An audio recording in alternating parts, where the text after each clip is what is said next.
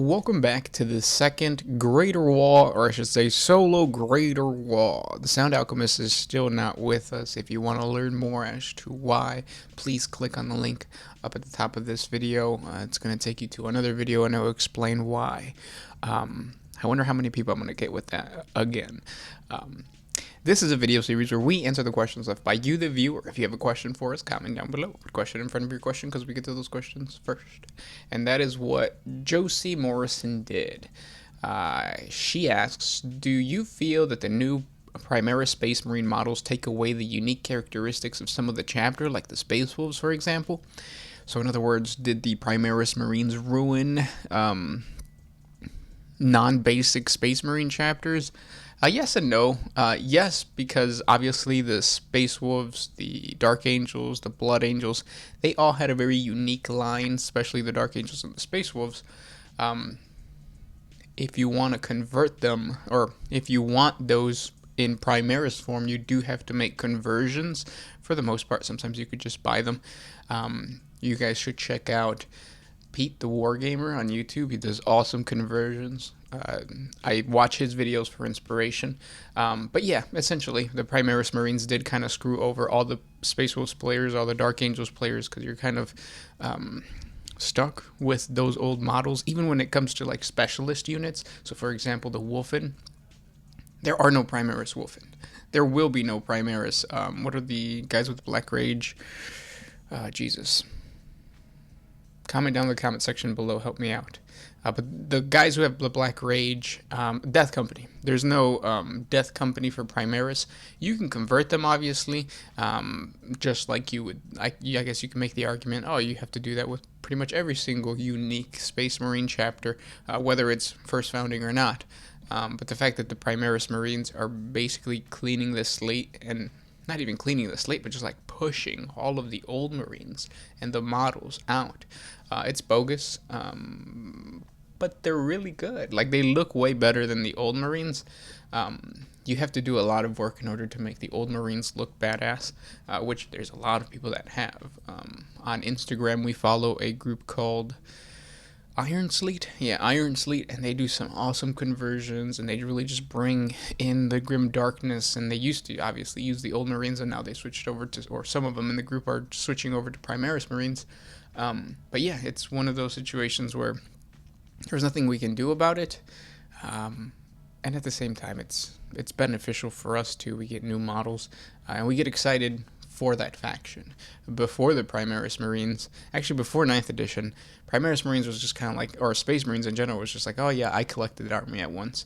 I don't have no interest in collecting it again. But now it's like, yeah, now I want to play them because I want to get those new models.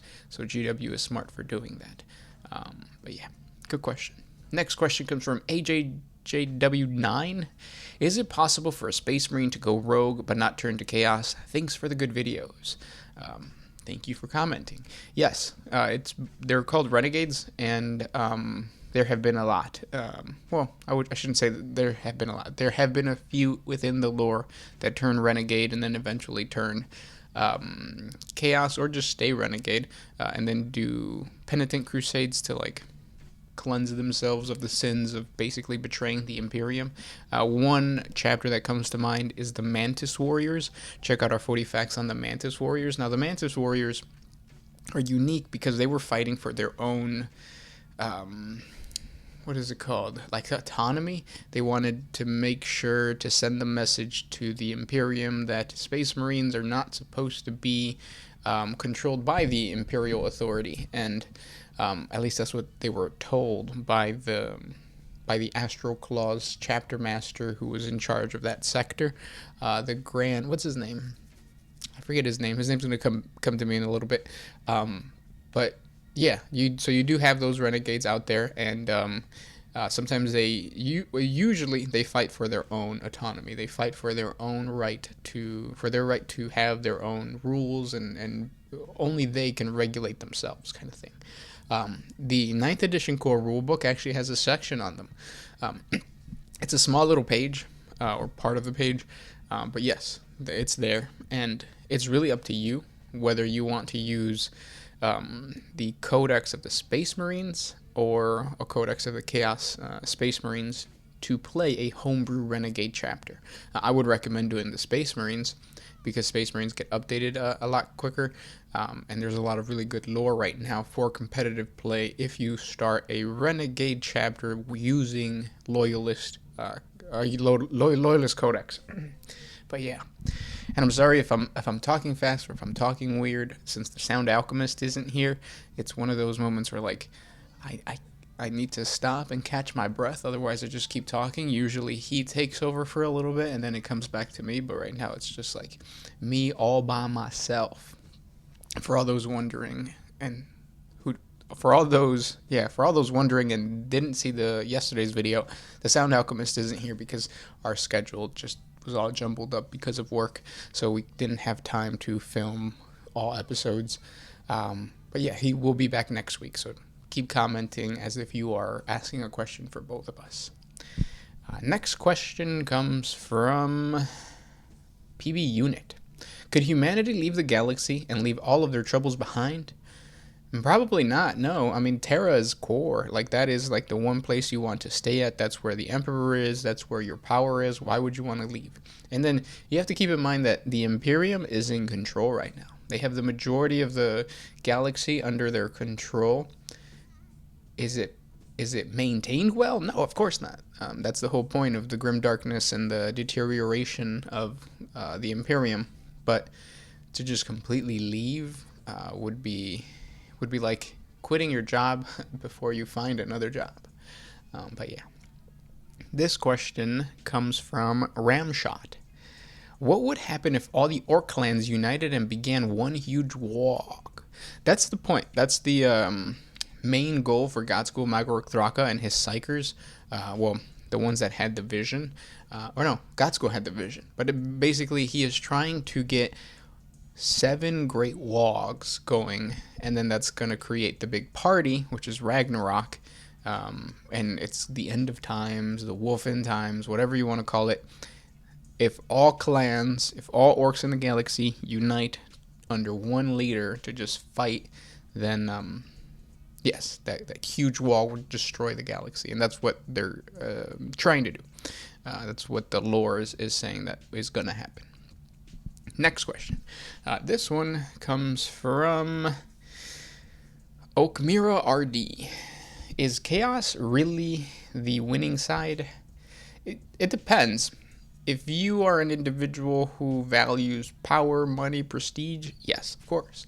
Odds are you are one of those individuals, because that's just kind of what you want. You get all those things by worshiping chaos. So as an imperial citizen, even if you are a wealthy imperial citizen, like let's say you're a planetary governor, I would still try to go for chaos, just because the boons in chaos are way better than what the Imperium gives you. The Imperium gives you protection until it gets really bad, and then you're the first to die, and then they send in a team to try to claim what was once the Imperium's. So yes, always go to chaos.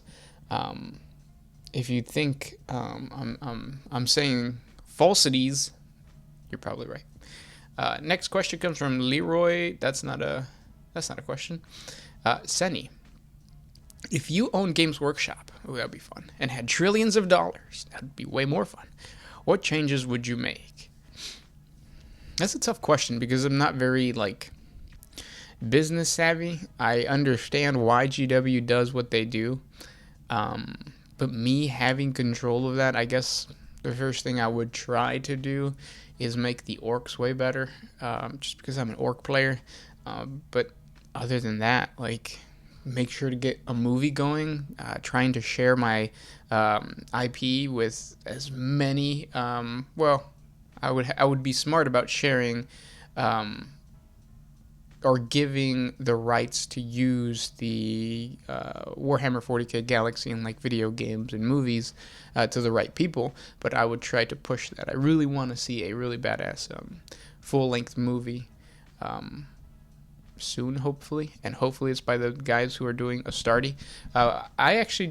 I think I've been using my Twitter, or the One Mind Syndicate Twitter account, a little bit more, and I think I found out from the Astartes guy that he's bringing in one of the one of the main artists from Games Workshop to help him on the project.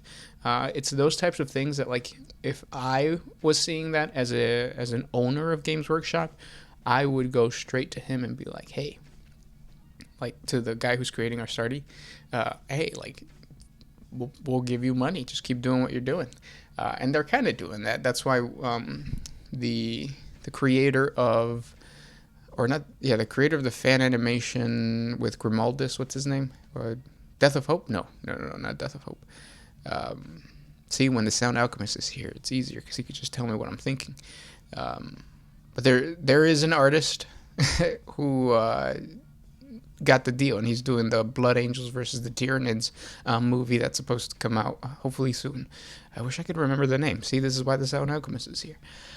But yeah. Next question. This one comes from Chicken Waffles. Great Horn Rat, Nurgle Demon, or Tzeentch Demon? In my opinion, I would go for...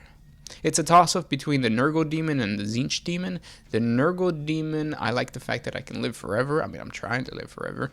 And then Tzeentch Demon would be nice because you know everything, but ultimately Tzeentch is your Grandmaster, and there's no way of tricking the Changer of Ways. I wouldn't go for the Great Horned Rat because I don't know much about the Great Horned Rat. Yeah. Let's see. Next question. This one comes from Megan McFerrin. Why did Magnus do the things he did joking?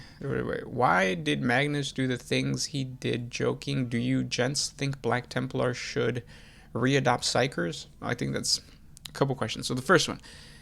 Why did Magnus do the things that he did? Because he was worried about the Emperor, and he wanted to warn the Emperor that Horus was going to betray them. He did nothing wrong. And then, do you gents think that Black Templar should adopt Psykers? As longtime player of those holy maniacs, I see the use of fielding them in other chapters. What is your opinion? Tabletop wise, yeah, obviously, like, you want to play them, but the cool thing is that you could use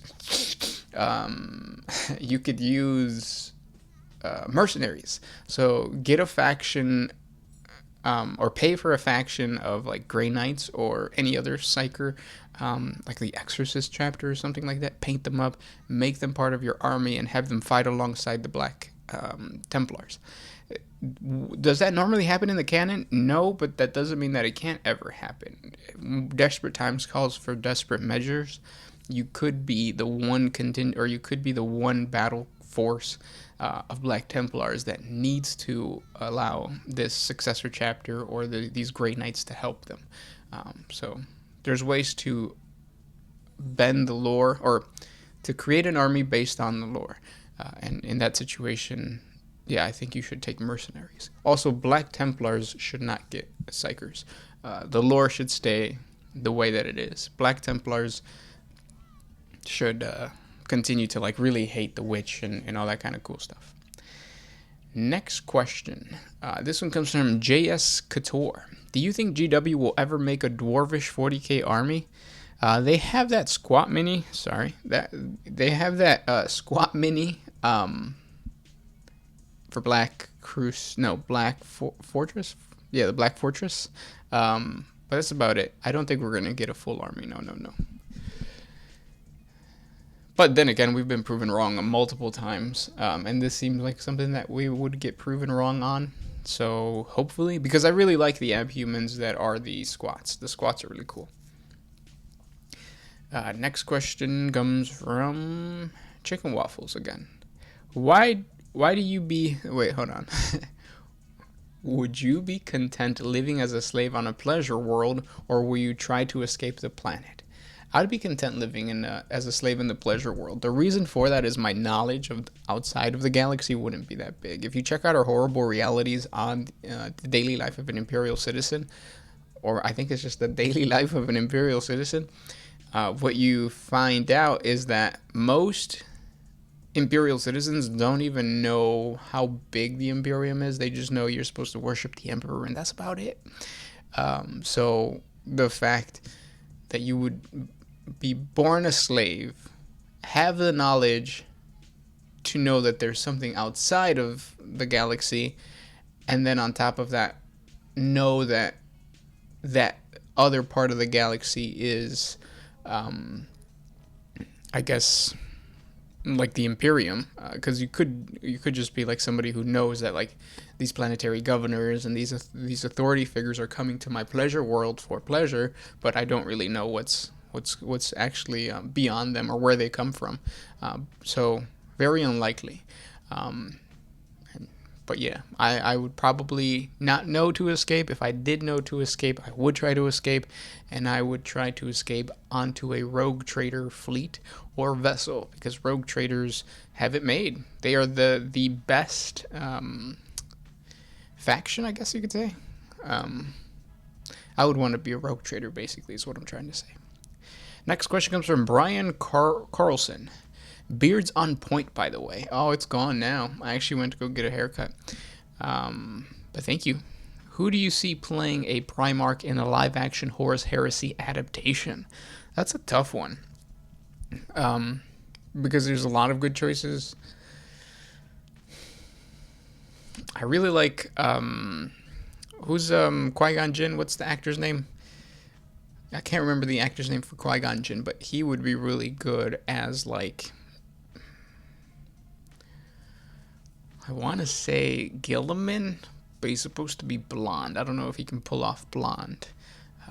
But it has to be somebody that's very, like, regal. Actually, he might even be a good emperor. As far as, like, sanguineous, it would have to be, like, somebody angelic. See, I'm not very good at this. I don't know. Comment down in the comment section below. Let me know what your roster would be, and then I'll maybe create a video on it. Next question. Yes, next question. My computer's kind of slow.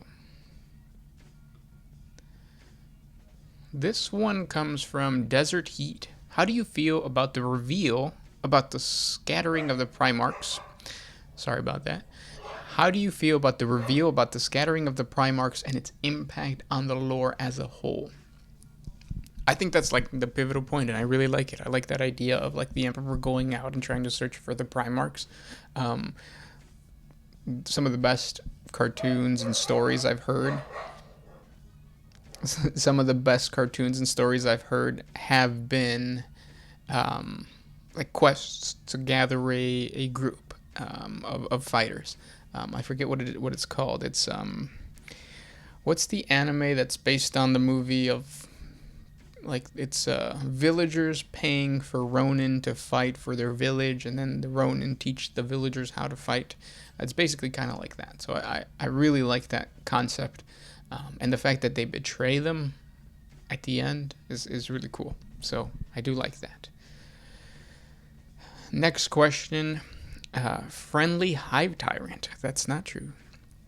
You can never be a friendly Hive Tyrant.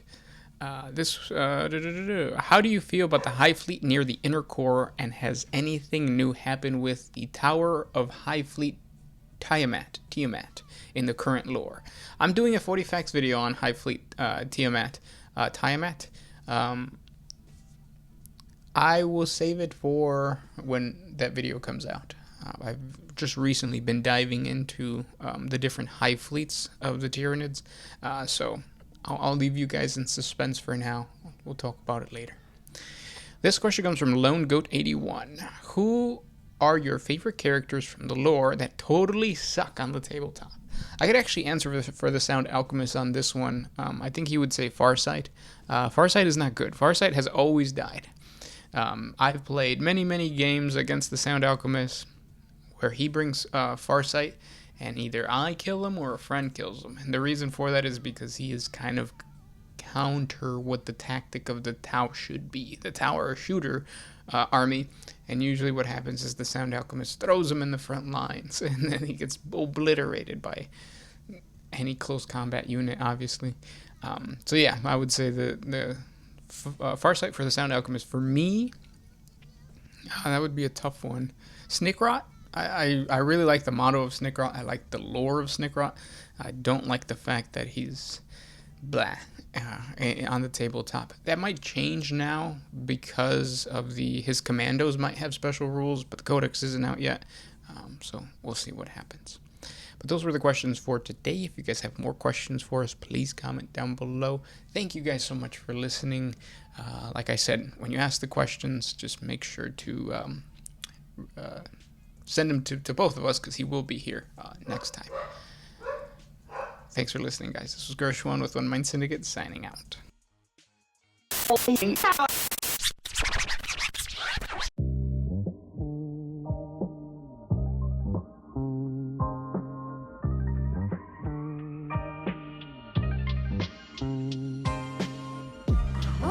used to put my freedom first in any situation. I knew I never had that much to lose.